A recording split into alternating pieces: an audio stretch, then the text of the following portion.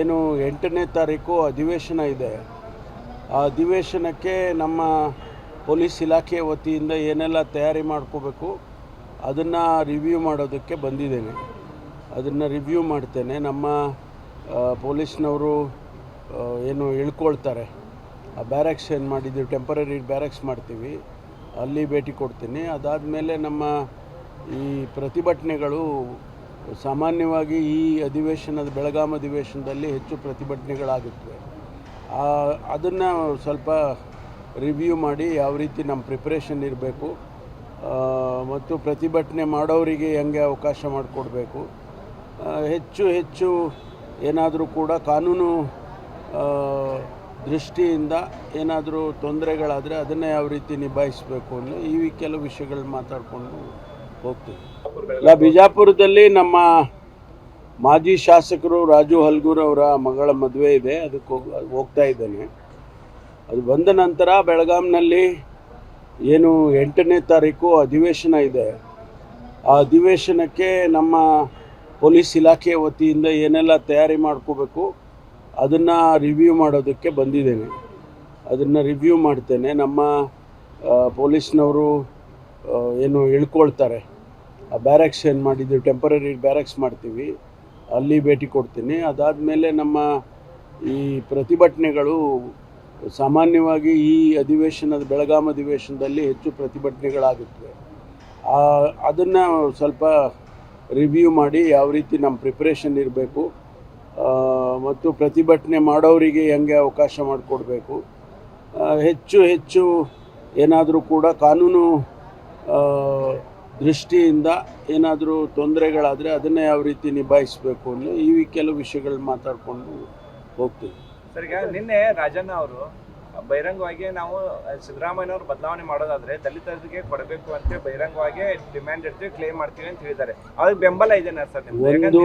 ಒಂದು ನಾನು ಯಾವುದೇ ರಾಜಕೀಯ, ವಿಶೇಷವಾಗಿ ಮುಖ್ಯಮಂತ್ರಿಗಳ ವಿಚಾರದಲ್ಲಿ, ಪಕ್ಷದ ಸಂಪುಟ ವಿಸ್ತರಣೆಯ ವಿಚಾರದಲ್ಲಿ ಯಾವುದನ್ನು ಕೂಡ ನಾನು ಮಾತಾಡೋದಕ್ಕೆ ಹೋಗೋದಿಲ್ಲ. ಯಾಕೆಂದರೆ ಭಾಳ ಮಾತಾಡ್ಬಿಟ್ಟಿದ್ದೀವಿ ಅದನ್ನು.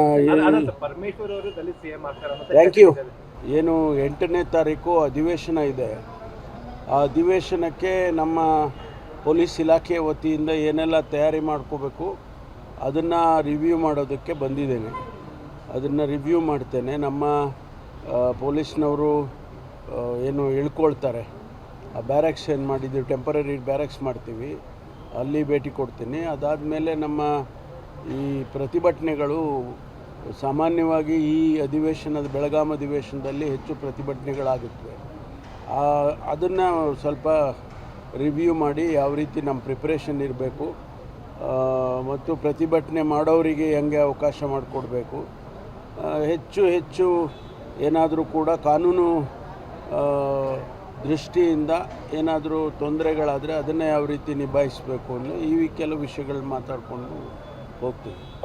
ಬಿಜಾಪುರದಲ್ಲಿ ನಮ್ಮ ಮಾಜಿ ಶಾಸಕರು ರಾಜು ಹಲ್ಗೂರ್ ಅವರ ಮಗಳ ಮದುವೆ ಇದೆ, ಅದಕ್ಕೆ ಹೋಗ್ತಾ ಇದ್ದೇನೆ.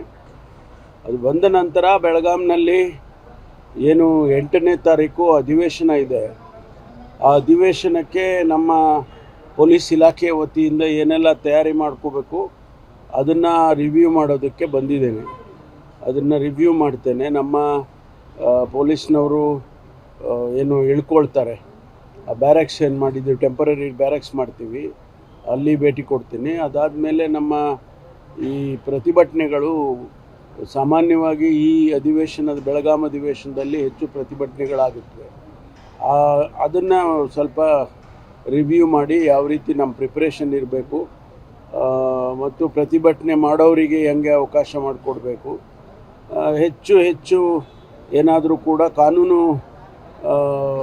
ದೃಷ್ಟಿಯಿಂದ ಏನಾದರೂ ತೊಂದರೆಗಳಾದರೆ ಅದನ್ನು ಯಾವ ರೀತಿ ನಿಭಾಯಿಸಬೇಕು ಅನ್ನೋ ಈ ಕೆಲವು ವಿಷಯಗಳು ಮಾತಾಡಿಕೊಂಡು ಹೋಗ್ತೀವಿ. ಸರ್, ಈಗ ನಿನ್ನೆ ರಾಜಣ್ಣ ಅವರು ಬಹಿರಂಗವಾಗಿ ನಾವು ಸಿದ್ದರಾಮಯ್ಯನವರು ಬದಲಾವಣೆ ಮಾಡೋದಾದ್ರೆ ದಲಿತರಿಗೆ ಕೊಡಬೇಕು ಅಂತ ಬಹಿರಂಗವಾಗಿ ಡಿಮ್ಯಾಂಡ್ ಇರ್ತೀವಿ, ಕ್ಲೇಮ್ ಮಾಡ್ತೀವಿ ಅಂತ ಹೇಳಿದ್ದಾರೆ. ಅದಕ್ಕೆ ಬೆಂಬಲ ಇದೆನಾ ಸರ್?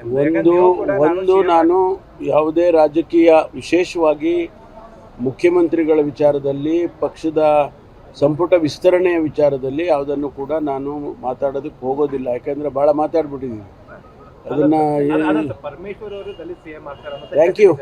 ಏನು 8ನೇ ತಾರೀಕು ಅಧಿವೇಶನ ಇದೆ. ಆ ಅಧಿವೇಶನಕ್ಕೆ ನಮ್ಮ ಪೊಲೀಸ್ ಇಲಾಖೆ ವತಿಯಿಂದ ಏನೆಲ್ಲ ತಯಾರಿ ಮಾಡ್ಕೋಬೇಕು ಅದನ್ನು ರಿವ್ಯೂ ಮಾಡೋದಕ್ಕೆ ಬಂದಿದ್ದೇನೆ. ಅದನ್ನು ರಿವ್ಯೂ ಮಾಡ್ತೇನೆ. ನಮ್ಮ ಪೊಲೀಸ್ನವರು ಏನು ಇಳ್ಕೊಳ್ತಾರೆ, ಆ ಬ್ಯಾರಕ್ಸ್ ಏನು ಮಾಡಿದ್ದೀವಿ, ಟೆಂಪರರಿ ಬ್ಯಾರಕ್ಸ್ ಮಾಡ್ತೀವಿ, ಅಲ್ಲಿ ಭೇಟಿ ಕೊಡ್ತೀನಿ. ಅದಾದಮೇಲೆ ನಮ್ಮ ಈ ಪ್ರತಿಭಟನೆಗಳು ಸಾಮಾನ್ಯವಾಗಿ ಈ ಬೆಳಗಾಂ ಅಧಿವೇಶನದಲ್ಲಿ ಹೆಚ್ಚು ಪ್ರತಿಭಟನೆಗಳಾಗುತ್ತವೆ. ಅದನ್ನು ಸ್ವಲ್ಪ ರಿವ್ಯೂ ಮಾಡಿ ಯಾವ ರೀತಿ ನಮ್ಮ ಪ್ರಿಪ್ರೇಷನ್ ಇರಬೇಕು ಮತ್ತು ಪ್ರತಿಭಟನೆ ಮಾಡೋರಿಗೆ ಹೆಂಗೆ ಅವಕಾಶ ಮಾಡಿಕೊಡ್ಬೇಕು, ಹೆಚ್ಚು ಏನಾದರೂ ಕೂಡ ಕಾನೂನು ದೃಷ್ಟಿಯಿಂದ ಏನಾದರೂ ತೊಂದರೆಗಳಾದರೆ ಅದನ್ನು ಯಾವ ರೀತಿ ನಿಭಾಯಿಸಬೇಕು ಅನ್ನೋ ಈ ಕೆಲವು ವಿಷಯಗಳು ಮಾತಾಡಿಕೊಂಡು ಹೋಗ್ತೀವಿ. ಬಿಜಾಪುರದಲ್ಲಿ ನಮ್ಮ ಮಾಜಿ ಶಾಸಕರು ರಾಜು ಹಲ್ಗೂರ್ ಅವರ ಮಗಳ ಮದುವೆ ಇದೆ, ಅದಕ್ಕೆ ಹೋಗ್ತಾ ಇದ್ದೇನೆ.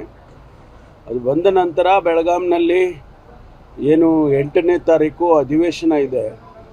ಆ ಅಧಿವೇಶನಕ್ಕೆ ನಮ್ಮ ಪೊಲೀಸ್ ಇಲಾಖೆ ವತಿಯಿಂದ ಏನೆಲ್ಲ ತಯಾರಿ ಮಾಡ್ಕೋಬೇಕು ಅದನ್ನು ರಿವ್ಯೂ ಮಾಡೋದಕ್ಕೆ ಬಂದಿದ್ದೇನೆ.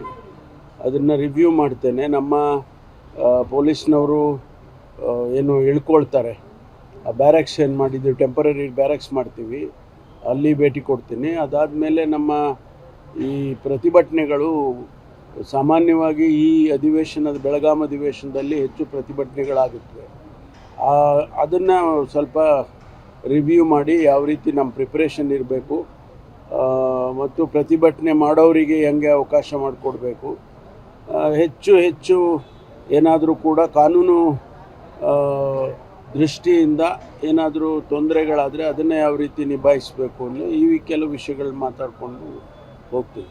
ಸರ್, ಈಗ ನಿನ್ನೆ ರಾಜಣ್ಣ ಅವರು ಬಹಿರಂಗವಾಗಿ ನಾವು ಸಿದ್ದರಾಮಯ್ಯನವರು ಬದಲಾವಣೆ ಮಾಡೋದಾದ್ರೆ ದಲಿತರಿಗೆ ಕೊಡಬೇಕು ಅಂತ ಬಹಿರಂಗವಾಗಿ ಡಿಮ್ಯಾಂಡ್ ಇಡ್ತೀವಿ, ಕ್ಲೇಮ್ ಮಾಡ್ತೀವಿ ಅಂತ ಹೇಳಿದ್ದಾರೆ. ಅದಕ್ಕೆ ಬೆಂಬಲ ಇದೆನಾ ಸರ್? ಒಂದು ನಾನು ಯಾವುದೇ ರಾಜಕೀಯ, ವಿಶೇಷವಾಗಿ ಮುಖ್ಯಮಂತ್ರಿಗಳ ವಿಚಾರದಲ್ಲಿ, ಪಕ್ಷದ ಸಂಪುಟ ವಿಸ್ತರಣೆಯ ವಿಚಾರದಲ್ಲಿ ಯಾವುದನ್ನು ಕೂಡ ನಾನು ಮಾತಾಡೋದಕ್ಕೆ ಹೋಗೋದಿಲ್ಲ. ಯಾಕಂದರೆ ಭಾಳ ಮಾತಾಡ್ಬಿಟ್ಟಿದ್ದೀವಿ. ಅದನ್ನು ಪರಮೇಶ್ವರ್ ಅವರು ದಲಿತ ಸಿಎಂ ಆಗ್ತಾರೆ. Thank you. ಏನು 8ನೇ ತಾರೀಕು ಅಧಿವೇಶನ ಇದೆ. ಆ ಅಧಿವೇಶನಕ್ಕೆ ನಮ್ಮ ಪೊಲೀಸ್ ಇಲಾಖೆ ವತಿಯಿಂದ ಏನೆಲ್ಲ ತಯಾರಿ ಮಾಡ್ಕೋಬೇಕು ಅದನ್ನು ರಿವ್ಯೂ ಮಾಡೋದಕ್ಕೆ ಬಂದಿದ್ದೇನೆ. ಅದನ್ನು ರಿವ್ಯೂ ಮಾಡ್ತೇನೆ. ನಮ್ಮ ಪೊಲೀಸ್ನವರು ಏನು ಇಳ್ಕೊಳ್ತಾರೆ, ಆ ಬ್ಯಾರಕ್ಸ್ ಏನು ಮಾಡಿದ್ದೀವಿ, ಟೆಂಪರರಿ ಬ್ಯಾರಕ್ಸ್ ಮಾಡ್ತೀವಿ, ಅಲ್ಲಿ ಭೇಟಿ ಕೊಡ್ತೀನಿ. ಅದಾದಮೇಲೆ ನಮ್ಮ ಈ ಪ್ರತಿಭಟನೆಗಳು ಸಾಮಾನ್ಯವಾಗಿ ಈ ಬೆಳಗಾಂ ಅಧಿವೇಶನದಲ್ಲಿ ಹೆಚ್ಚು ಪ್ರತಿಭಟನೆಗಳಾಗುತ್ತವೆ.